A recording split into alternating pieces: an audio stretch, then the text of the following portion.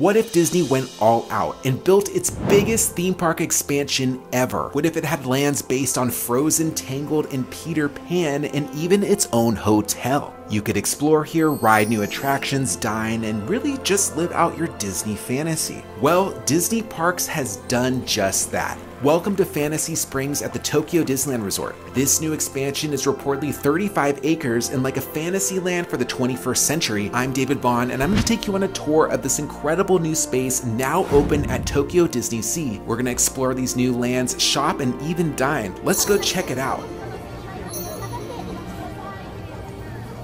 All right, we're here. It's opening day, June 6, 2024, standing outside the gate of Disney Sea.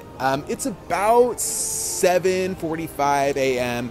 and I didn't realize this, but they're opening the park early today. It's supposed to open at 9 a.m., but looks like they're letting us in about 8 a.m. right through security, which means then we get to book either standby passes or premier passes. However, we got a special pass. I'll tell you about that in just a moment.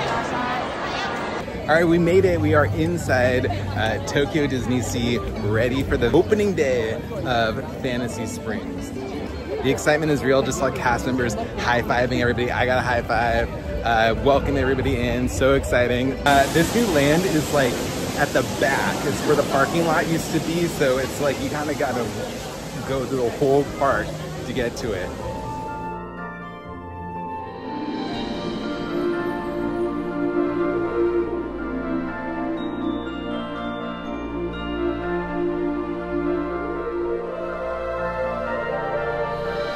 Right before we can get inside the land, they're checking credentials to make sure that we can go inside. And then once they scan us in, we're pretty much allowed to roam however we want. All right, we're here. We made it inside Fantasy Springs. It's just so awesome. Everybody's waving to us. All right, so we're inside the land because we stayed at a Disneyland Resort hotel and we also got the Fantasy Springs package. So this was just available. They just launched one day. I picked them up. They became harder and harder as the days came closer, but yeah, it gave us a wristband, and this also gets us priority entry into the ride. So I'm gonna start off with the Peter Pan ride. Let's do it.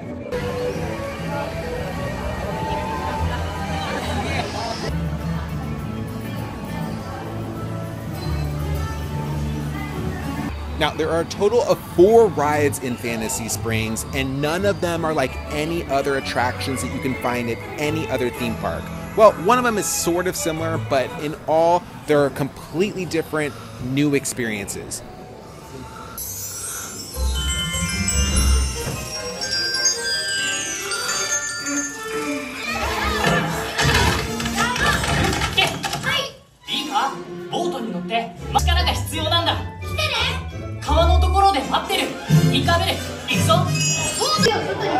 Oh, I love it. Oh, kind of got our 3D glasses. We just walked right on. There's like no one in the queue, nothing, like just walked right on.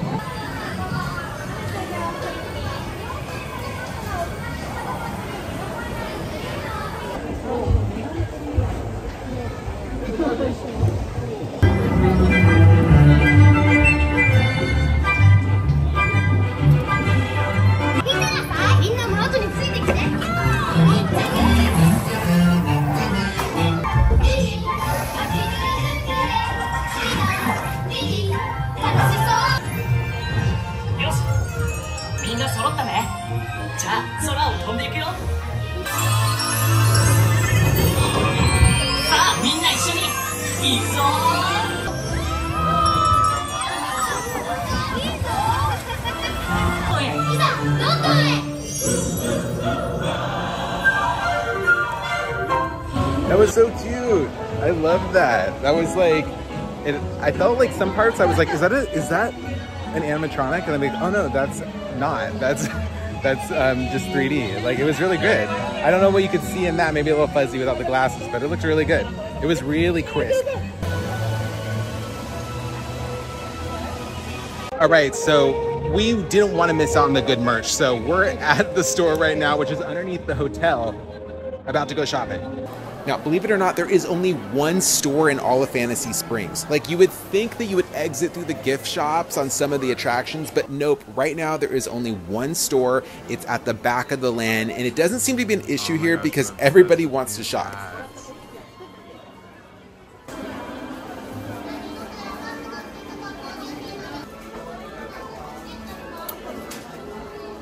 Now, we haven't gone to the Snuggly Duckling yet, but there is a t-shirt with it. And on the back we have Flynn's wanted poster, as well as the Snuggly Duckling cap. But the lantern bags. And here's lanterns. When you turn them on, they actually project. As you can see here, that's so cool. And if you've been wondering about the ears, I got you. These are the Rapunzel ears. Glittery Tinkerbell ears. See-through. They have Elsa ones, they're cute. I just don't think they were as exciting as some of the other ones. So, look at this block hoodie. And here's a lot of the Fantasy Springs exclusive merch. We have keychains, pins, and a magnet. What have I done? What have I done? I'm so happy.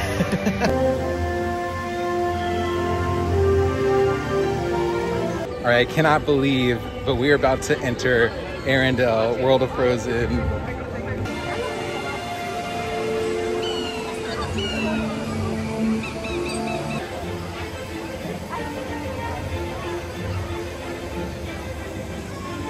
And in the distance, you can see Elsa's Ice Palace and some other nods to the film.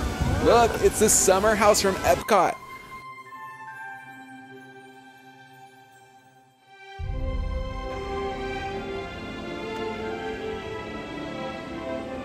All right, well, that makes me want to go on the ride now. Yes, there is a Frozen ride here, and no, it is not the same one that you've been on at Epcot. Anna and Elsa's Frozen Journey tells really the tale of like the first movie. So we actually get to go back because Frozen Ever After takes place after the first movie. Got to get my hat ready because I'm absolutely so incredibly excited for this attraction. I think this is the main one of the whole thing, from what I understand, but we'll see.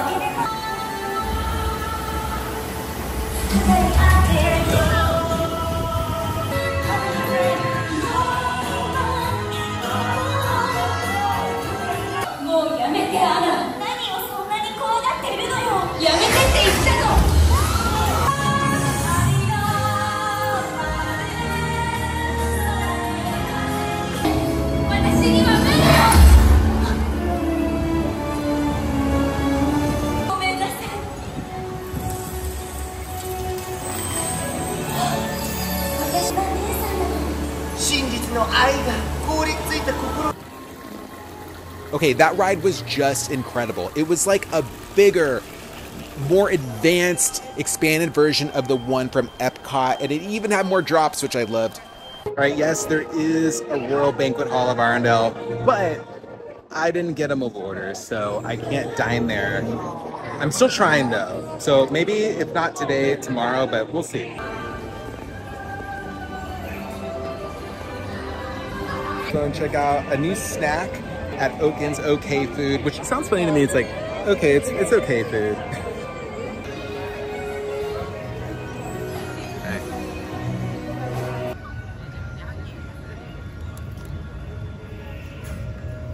Alright, so just taking a little snack break. Thought I'd try out Oaken's Foods. It's Oaken's OK Foods. This one is a meat and cardamom like little hand pie. Don't know what it's gonna taste like, but it was one of the quick things and pretty much the only snack item you can get there. So I can tell why they picked cardamom because it's like almost just like a foresty type flavor to it. It's savory with a little sweet. I don't know if I'm just really hungry, but I like this a lot.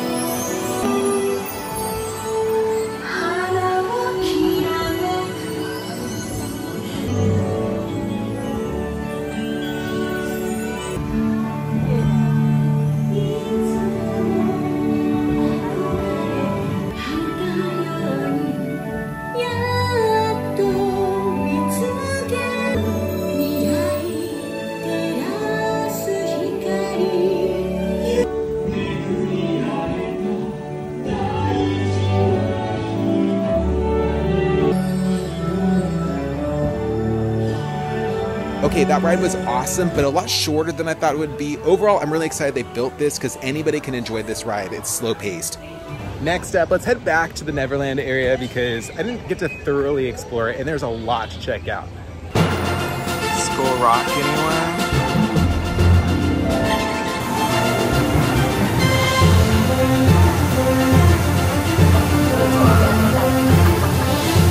Now all aboard Captain Hook's pirate ship, Jolly Roger.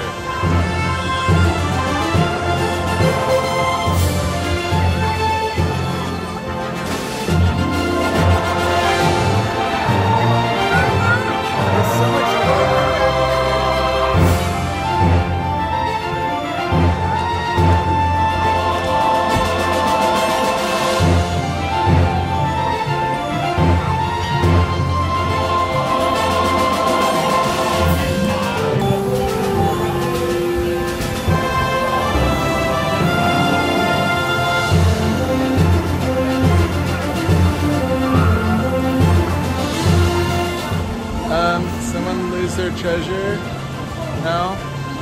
Cat has it? I just gotta say, standing here, it is such an amazing feeling because this is it. Like, this is when you think of like Imagineering, like bringing stories to life. This is it. Fantasy Springs is hands down one of the best lands Disney has ever created.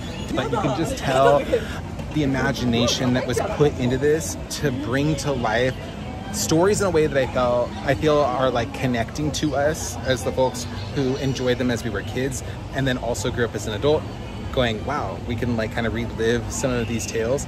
So as I explore all these lands and how they wove them together to make Fantasy Springs, it's like, it feels like 3 lands. It feels like they literally were just like, hey, we're gonna do a Peter Pan land and a Frozen land and a Tangle land and all of them are lands and all of them are rides and everything is, there's food and everything you wanna do in them, things to explore. When we talk about immersion in Disney parks, that's what we're talking about. We're talking about something that lets you just play. And here we were on a ship inside of Skull Rock, just playing.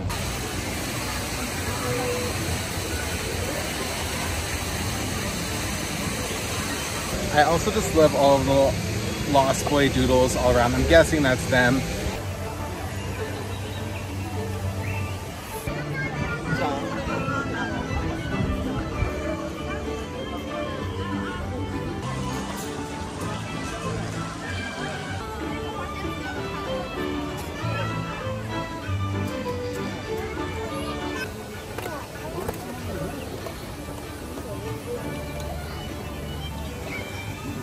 And here's the Lookout Cookout. This is where the Lost Boys took a bunch of like shipwrecked parts and built a restaurant around it.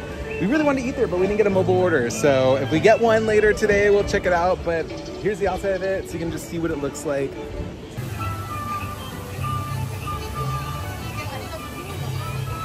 Fairy Tinkerbell's Busy Buggies. This is more of just like a family-friendly attraction, all heights, stuff like that, but I want to go on it.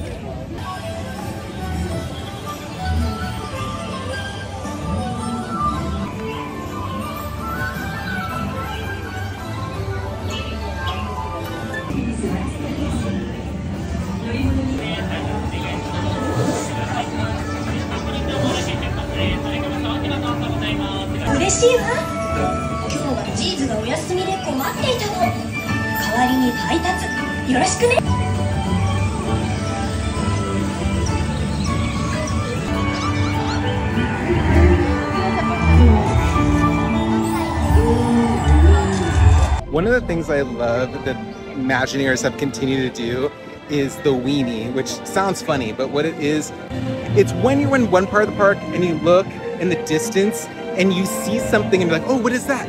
Could be the top of the Matterhorn, could be Big Thunder Mountain. In this instance, we have the Fantasy Springs Hotel. I wanted to stay at the Fantasy Springs Hotel so bad. We ended up staying at the Disneyland Hotel, which it was phenomenal, but the Fantasy Springs Hotel is brand new. It just opened with the land, and I would have loved to stay here. It has its own entrance into Fantasy Springs Disney Sea from this side, but unfortunately it booked up super quickly and was just so hard to book. It also has its own restaurants, and you can't even tour inside or dine there unless you're a guest staying there, so can't show you this time, so I guess it gives me a reason to come back.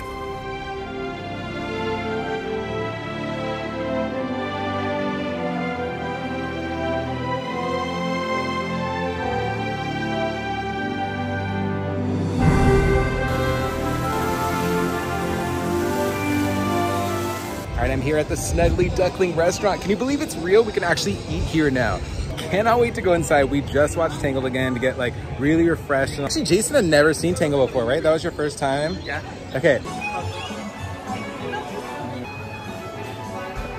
So one thing to note about Tokyo Disneyland is that there are only really like a handful of items in each restaurant. It doesn't have as much variety as you typically see at the American parks. Now, the Duckling Dream Burger caught my eye. It's a hamburger, but it also has a slice of a bologna on top, like ham almost looking, and then there's a little bit of spread and a tomato. And you all might know I have a major sweet tooth, so dessert, of course, I had to order. Can we talk about how this comes in the frying pan?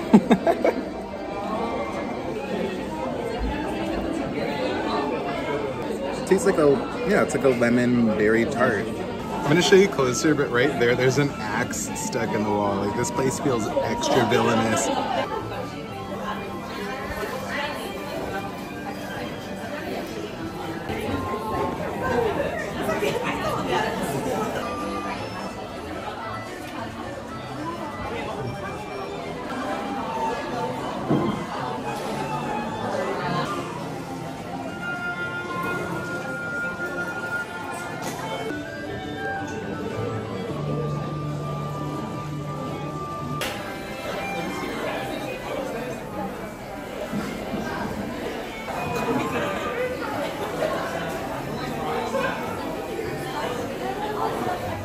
All right, just got out of the restaurant. How was the Snuggly Duckling?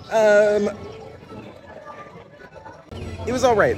My favorite thing was probably the lemon tart thing. The burger was fine. I'm not like much for like a ham, like a thick piece of ham, like on top of like a burger patty. And a more important note, as Jason just reminded me, it was actually just bologna. It tastes more like ham to me, so maybe they're calling it bologna, but it was, I don't know. I like just like, I'd rather have a double patty. The tart though was really good. And if you want to just go for the experience, a little frying pan, that was really fun. There are so many exciting things coming up, but before I show you the rest, I really need to give a big shout out to my Patreon subscribers who help my adventures become a reality. I appreciate you all so much. I'm also gonna be sharing some exclusive stuff from Tokyo Disney Sea, Disneyland, and more exclusively for my super magical fun community that you can only find on Patreon. So check it out there. I always post more in the description. In addition, if you're like, hey, I really like this video, please hit the like button and subscribe if you feel like it too. That tells me, hey, David, keep it going. Let's see more theme park adventures from you. Now, before I show you what Fantasy Springs looks like at night because it truly looks magical.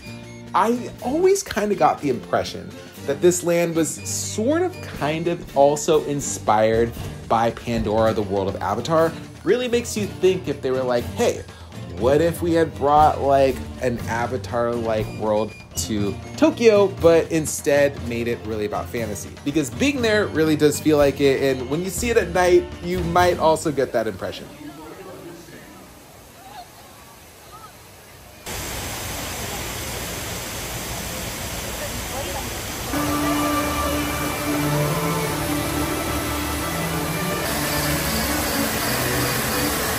All right, we're back in Fantasy Springs at night. It looks gorgeous. I'm gonna show you all the lights all over the land.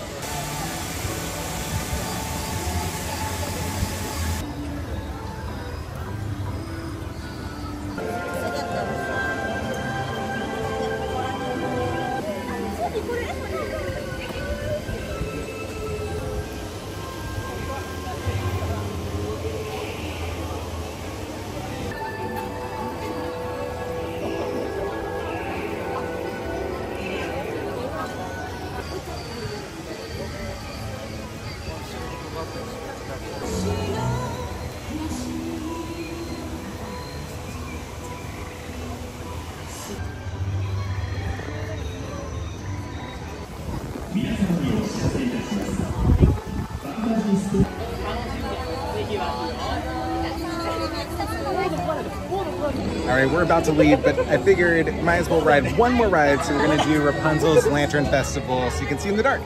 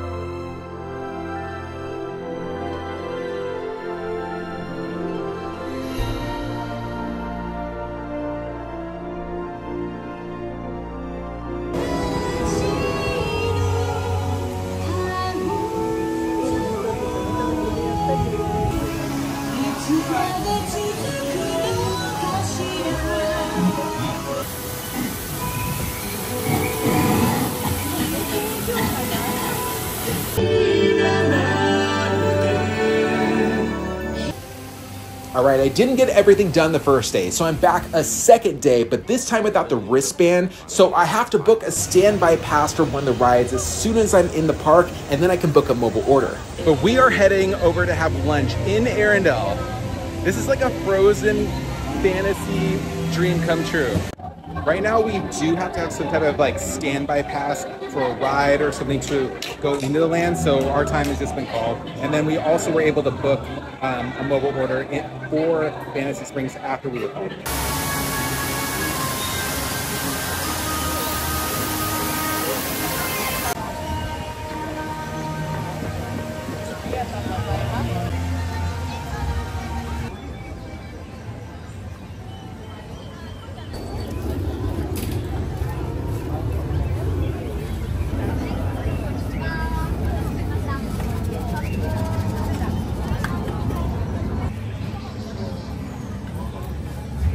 Did I end up getting the popcorn bucket? Yes. I'll show you that in a second. But first we gotta try the roast beef popcorn. So it's seasoned like roast beef. It doesn't have chunks of roast beef in it, like I was asked earlier.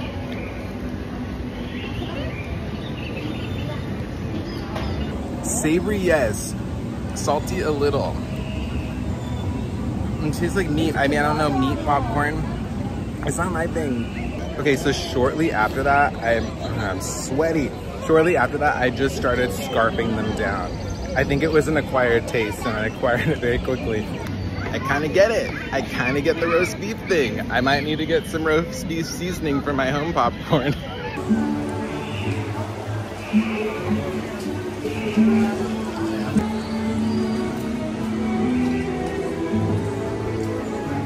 So this popcorn bucket is sort of like the main one that debuted with the land. It is based on Peter Pan, and it's just really beautiful. The details are incredible. It is still a plastic bucket, but you get your choice of regular popcorn, or you can try a roast beef popcorn, which I showed you earlier, which I had never had before, and glad that I ended up liking. The popcorn bucket also lights up, so that was a really fun feature.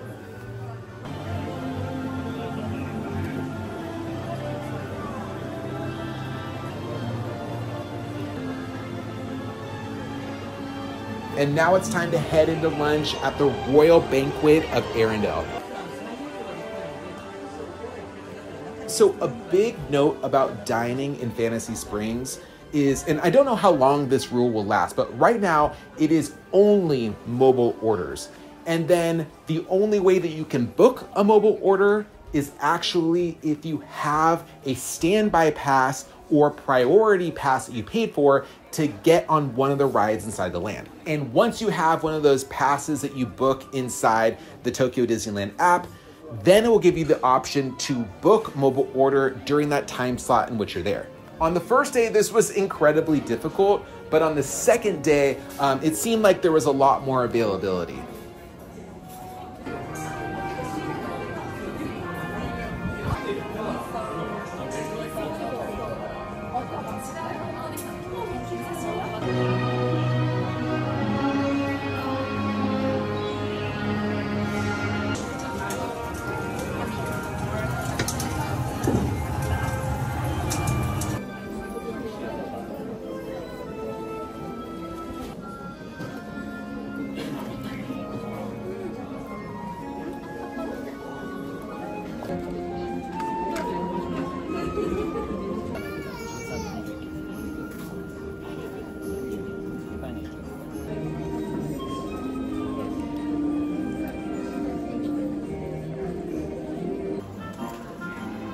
So far, these are hands down the best things that I've tried inside Fantasy Springs. There was a variety here. It was quite a bit of food, so definitely very filling.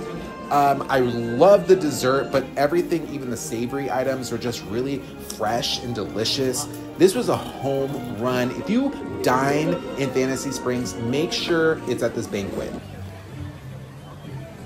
Okay, we were full, but saved a little space. That way we could dine at the Lookout Cookout, which I was able to get a reservation shortly after ours at the Royal Banquet. Now, this is the main Peter Pan dining spot. It's also the same rules as quick service. You got to do a mobile order right now. But the whole place is so cool, and it's designed to be like the Lost Boys found a bunch of shipwreck parts and they pieced together this dining spot. To try here, you can get a couple of these baskets. There's like a lemon one and there's a curry one. We decided to get the curry one. But I've been looking forward to trying this pixie dust soda for quite a while.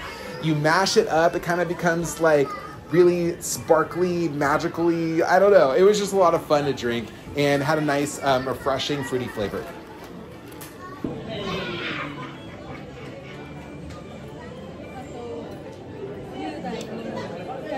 So good.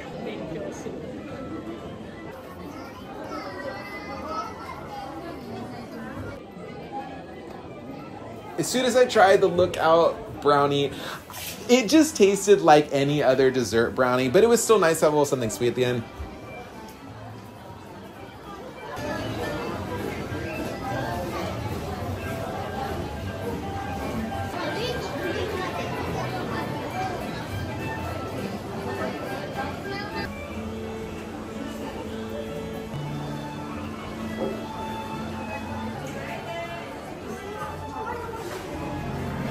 So there you have it, the new port at Disney Sea, Fantasy Springs. What an incredible partnership. Disney Parks Imagineering and the Oriental Land Company, they truly delivered an extra magical, extra special, very, very Disney feeling new port at this incredible theme park that's already just phenomenal, even without this new port, and now it's just leveled up. I mean, this port was so big that you could pretty much spend an entire day in it, or most of a day in it. I mean, we pretty much did that first day.